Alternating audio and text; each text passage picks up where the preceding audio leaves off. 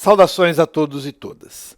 Esse caso que nós vamos estudar agora é um dos julgados mais famosos do direito constitucional do século passado.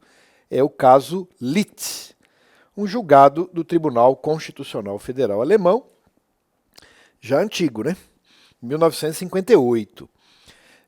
Qual era a controvérsia? A controvérsia era a seguinte: um sujeito fez um filme. Era um cineasta. Ele fez um filme. E, como todo cineasta, ele queria que seu filme circulasse, que as pessoas fossem assisti-lo, fosse distribuído, tudo isso.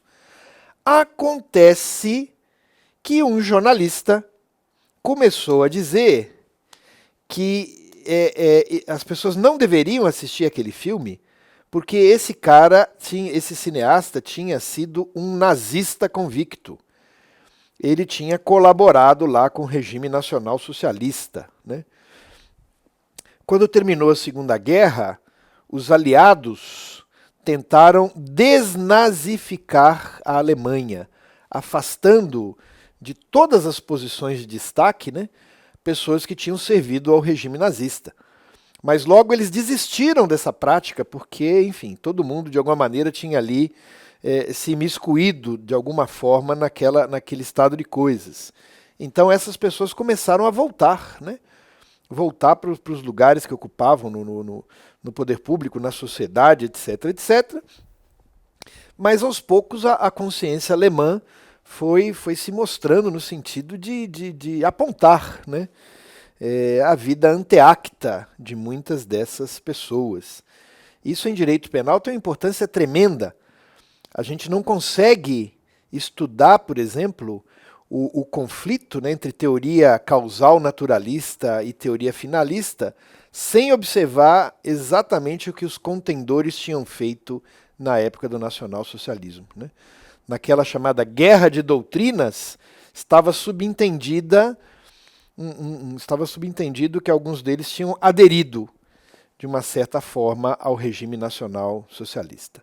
Então, a discussão, né, do Metzger de um lado, defendendo o causal naturalismo e os autores finalistas, notadamente o Weltzel, tem um substrato justamente nesse debate. Vejam, é muito parecido com esse debate que eu estou trazendo aqui para vocês.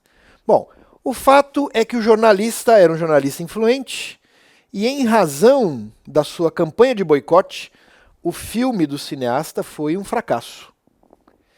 Bom, o que fez o cineasta? O Código Civil alemão, o nosso também, tem um comando que diz o seguinte, que quem causa deliberadamente prejuízo a outrem tem que indenizar. E, portanto, ele foi atrás desse jornalista, o cineasta foi atrás do jornalista, pleiteando uma indenização. Ele ganhou em primeira instância, ele ganhou nos tribunais, ele ganhou em tudo, até que o assunto chegou ao Tribunal Constitucional Federal Alemão. Quando o assunto chegou lá, a corte inverteu, reformou o julgado, dizendo: não é possível interpretar esse artigo do Código Civil sem trazer a Constituição para o debate. A Constituição protege a liberdade de pensamento, a liberdade de expressão, e, portanto, isso que ele fez aqui foi um exercício de um direito constitucional e ele não tem que indenizar ninguém em razão disso. Okay? Vejam só, um artigo do Código Civil interpretado à luz da Constituição. Isso hoje nos parece comum, curial. Na época não era. Na época se dizia direito civil é direito privado. Não me venha falar em Constituição. Constituição é direito público, é outra coisa. Essa decisão aproximou esses campos e firmou várias questões. Primeiro, naquela relação privada, jornalista versus cineasta, os direitos fundamentais eram interferentes. E, como tal, né, poderiam levar a uma solução ou outra. O que, de novo, era inovador, porque se pensava nos direitos fundamentais só em relação ao poder público. Bom, o fato é que esse foi um julgado muito importante, muito influente até hoje, e ele permitiu essa conclusão aqui, né, de que os direitos fundamentais podem ser malferidos também por pessoas privadas e que também numa relação privada os direitos fundamentais devem ser levados em conta. Bom, quer dizer então que um particular pode ser o ofensor dos direitos fundamentais de outro particular. Exatamente. E é por isso que eu preciso trazer para vocês um outro julgado muito famoso do Tribunal Constitucional Federal Alemão, né? Esse outro julgado se refere a uma questão muito polêmica. É uma questão muito polêmica hoje no Brasil. É uma questão que se coloca naquele entrecruzamento entre direito, filosofia, religião, e, portanto, é um debate intenso. E, por favor, colegas, aqui eu não quero dizer que há um lado certo e que há um lado errado. Eu não quero dizer que a minha opinião é melhor do que a de quem quer que seja. Eu estou aqui trazendo um debate sobre um tema muito polêmico. No Brasil é muito polêmico, nos Estados Unidos da América é muito polêmico e foi muito polêmico na Alemanha também. Eu preciso contar esse caso para a gente entender, né, justamente esse aspecto importante do fenômeno dos mandados de criminalização. Na Alemanha, o aborto era crime. E esse crime, a descrição típica desse crime, era muito assemelhada à atual que temos no Código Penal brasileiro. Então, as prescrições sobre o aborto no Código Penal alemão se assemelhavam às prescrições sobre aborto que hoje vigem no Código Penal brasileiro. Talvez fossem um pouco mais avançadas, vamos chamar assim, né? Elas iam a lugares onde a nossa lei ainda não vai, né? Considerava crime o aborto, né? Mas previa algumas hipóteses de exclusão de tipicidade. Bom, mas era crime. E essas hipóteses partiam da seguinte pressuposição, né? De que você precisava buscar um equilíbrio entre o direito fundamental da mãe, da mulher, e o direito fundamental do nascituro. Okay? Bom, fizeram, porém, uma reforma em 1974. Vejam só, colegas, como isso dialoga com o debate brasileiro de hoje, hein? Vejam só. Eles fizeram uma reforma penal em 1974, que estabeleceu a chamada regra do prazo. A regra do prazo descriminalizava o aborto quando realizado nas 12 primeiras semanas da gestação, né? Ficou conhecido como a regra do prazo. Vejam, não foi uma decisão, né, judicial, né, que descriminalizou, foi uma alteração legislativa dizendo que nas 12 primeiras semanas, né, não era crime o aborto, né? Essa lei do prazo, vejam, colegas, alguns detalhes muito pitorescos, né, muito interessantes aqui para a nossa reflexão. Essa lei do prazo descriminalizava o aborto nas 12 semanas de gestação, nas 12 primeiras semanas de gestação. E descriminalizava sem que a gestante precisasse demonstrar o que quer que fosse. Ela só precisava demonstrar idade gestacional. Não era uma interrupção da gestação por estupro, por violência, por problema de saúde, por nada. Era só a questão das 12 primeiras semanas. Okay? Então, introduziram essa novidade na lei alemã, a descriminalização do aborto nas 12 primeiras semanas. foram ao Tribunal Constitucional Federal Alemão dizer que essa descriminalização era inconstitucional, porque desprotegia o direito à vida. Okay? A argumentação era bem essa. Olha, o que temos aqui é um conflito de direitos fundamentais. Há um direito fundamental da mulher ao próprio corpo, mas há um direito fundamental desse nascituro em nascer.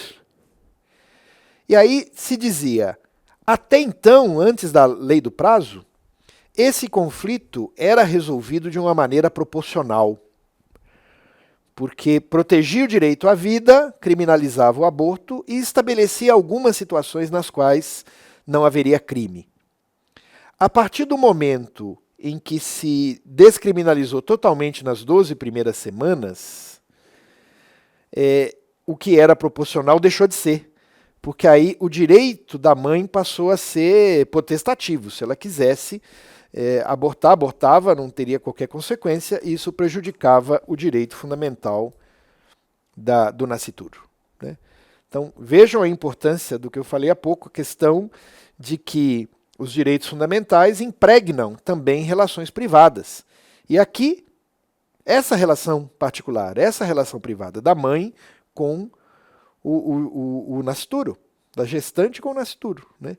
Então se dizia, olha, é uma situação na qual se reconhecem dois direitos fundamentais que podem vir a colidir.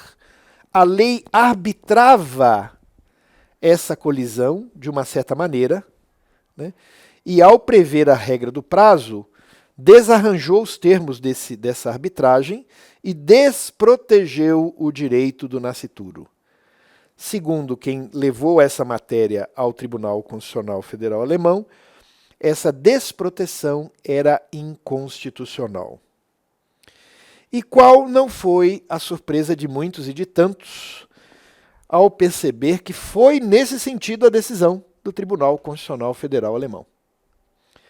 A Corte Constitucional Federal entendeu que a descriminalização era inconstitucional, dizendo que da relação dos particulares em relação aos direitos fundamentais, né?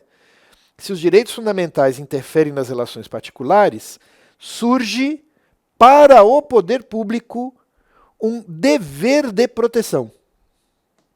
Olha só, a decisão, no caso aborto 1, conclui que, da eficácia horizontal dos direitos fundamentais, surge para o Estado o dever de proteção dos direitos fundamentais, mesmo quando ameaçados por particulares. Colegas, esse segundo julgamento também é um julgamento tremendamente influente, né? Por isso que eu estou insistindo em alguns aspectos que são relevantes para o nosso debate, como vocês verão.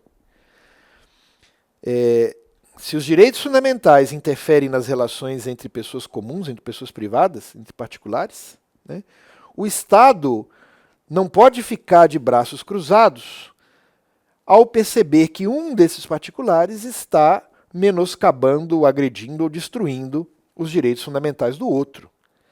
O papel do poder público é um papel de proteção dos direitos fundamentais, mesmo quando a agressão a esses direitos fundamentais vem de um outro particular.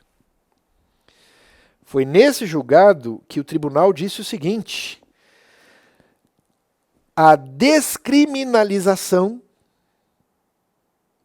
desprotege os direitos fundamentais. E, portanto, o poder público não poderia descriminalizar o aborto, como fez na regra do prazo, porque isso desprotegeria os direitos fundamentais do nascituro. Okay? Só disso aqui, olha, já dá uma conclusão tremenda, né? Qual é o papel do direito penal? Qual é a função constitucional do direito penal? Se a gente se fiar nesse julgado, proteção de direitos fundamentais. Né? Então, o direito penal tem um papel de proteção de direitos fundamentais. E, como tal, é um papel imprescindível, irrenunciável. A doutrina brasileira se deixou empolgar por uma orientação que, mesmo na Europa, é minoritária. A doutrina brasileira do direito penal se deixou empolgar, levou muito à frente, né, aquelas teorias deslegitimadoras do direito penal. Aquelas teorias que dizem que o direito penal é uma espécie de mal em si mesmo e que o futuro do direito penal seria a sua extinção, né? Portanto, aquela teoria crítica, né, do direito penal, que é importantíssima, né, que aponta a questão das cifras negras, aponta a seletividade, enfim, uma doutrina crítica muito importante, né, mas que levava no final ao chamado abolicionismo penal, né? Então, isso calou fundo aqui no Brasil. A gente se deixou influenciar bastante por esse ponto de vista, né? Talvez um pouco menos pelo chamado abolicionismo moderado. O abolicionismo moderado reconhece que o direito penal exerce um papel e procura reduzir, talvez, a incidência desse ramo tido como mais gravoso, mas reconhece um papel ao direito penal. Essa decisão, ela aponta em sentido diverso. Ela aponta não só que o direito penal tem um papel, né, deve existir, não pode ser abolido, como diz que ele é imprescindível para a proteção de direitos fundamentais. E, portanto, uma lei descriminalizadora foi considerada ofensiva a direitos fundamentais e, como tal, julgada inconstitucional. Vejam, esse julgado ele não influenciou somente na compreensão de qual é o papel do direito penal no Estado democrático de direito. Teve uma influência poderosíssima nesse caminho. Mas esse julgado foi além e, na verdade, né, olha aqui, ó, aqui trechos da ementa desse julgado. Acho que vale a pena mostrar para vocês, né? Trechos da ementa desse julgado.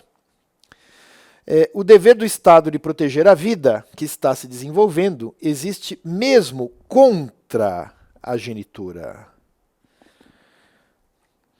Em casos excepcionais, se a proteção ordenada pela Constituição não pode ser alcançada de nenhuma outra forma, o legislador está obrigado a estabelecer medidas de caráter penal para assegurar a vida que se desenvolve. Então vejam, colegas, essa orientação não fala nada contra a subsidiariedade do direito penal. Está aqui, subsidiariedade, permanece, não foi infirmada. Mas diz que se não for possível proteger o bem jurídico de outra forma, medidas de caráter penal são obrigatórias.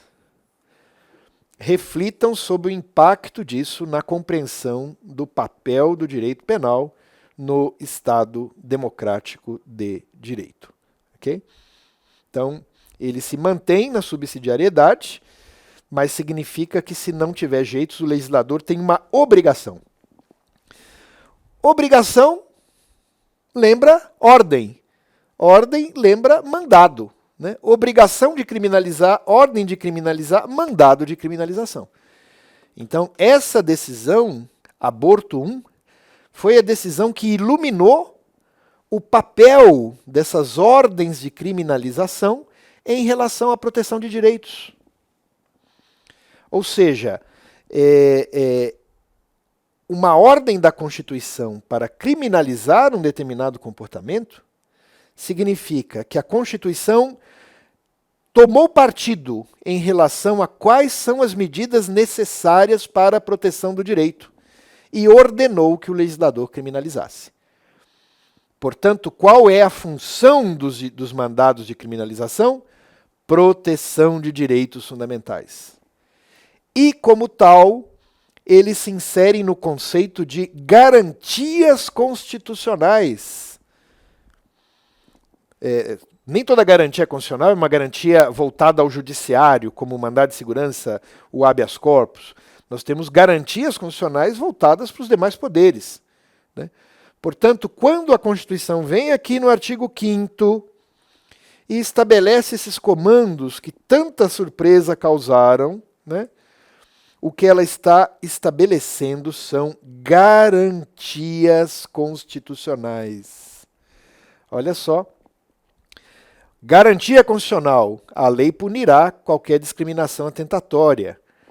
Garantia constitucional: o racismo é crime inafiançável.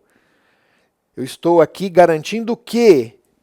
Olha só, colegas, a dignidade da pessoa humana, a famosa, garantida por uma lei que criminaliza o racismo. Da mesma maneira, em cada um desses itens, olha, tortura, de novo, garantia da dignidade da pessoa humana, né, da vida, da incolumidade física. O tráfico, garantia do direito à saúde. O terrorismo, garantia em face do Estado de Direito. E os definidos como crimes hediondos, né, garantia justamente em relação aos itens que forem ali descritos. Aqui, uma garantia, de novo, do Estado, da ordem constitucional e do Estado democrático de direito. Aqui, uma garantia da relação de trabalho. Aqui, uma garantia do meio ambiente, né? E aqui, uma garantia fundamental à liberdade, à incolumidade, à vida e à dignidade das crianças e do adolescente. Portanto, a conclusão que eu quero apresentar para vocês aqui nessa altura do nosso estudo é de que os mandados de criminalização são garantias constitucionais. E sendo garantias constitucionais, notadamente, se forem garantias individuais, né? Então, por exemplo, a tortura é uma garantia individual, né? Talvez a proteção do meio ambiente não seja, mas a tortura é uma garantia em face de uma situação individual, da mesma maneira a questão dos adolescentes. Ou seja, se o mandado de criminalização é uma garantia constitucional, se se trata de uma garantia individual, o que temos, portanto, olha que conclusão surpreendente, né? O que temos, portanto, é que os mandados de criminalização são cláusulas pétreas. Artigo 60, parágrafo 4º da Constituição. Vamos para um próximo intervalo.